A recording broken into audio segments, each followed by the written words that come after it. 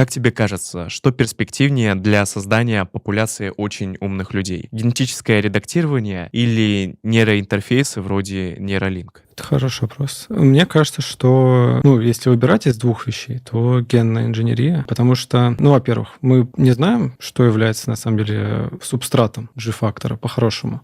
И в этом плане, наверное, вот и все исследования, связанные вообще там с когнитивными способностями с точки зрения нейробиологии, они сейчас только находятся в зачаточной стадии. То есть еще очень много надо работы проделать, чтобы понять, с чем это связано. Одна из таких главных, основных интуиций, которая сейчас в этом направлении, это то, что в основном это какие-то вещи, именно за G-фактор отвечающие, предустановлены. Потому что G-фактор, он очень стабильный на протяжении жизни. Многие средовые факторы, которые тестировались, они на него не влияют, и тогда это вот что-то похожее на такое железо компьютера. А если это связано с какими-то именно врожденными характеристиками, то они либо определяются внутриутробной средой или каким-то совсем ранним периодом детства, либо, соответственно, тогда это генетика. Поэтому я бы поставил на второе, конечно.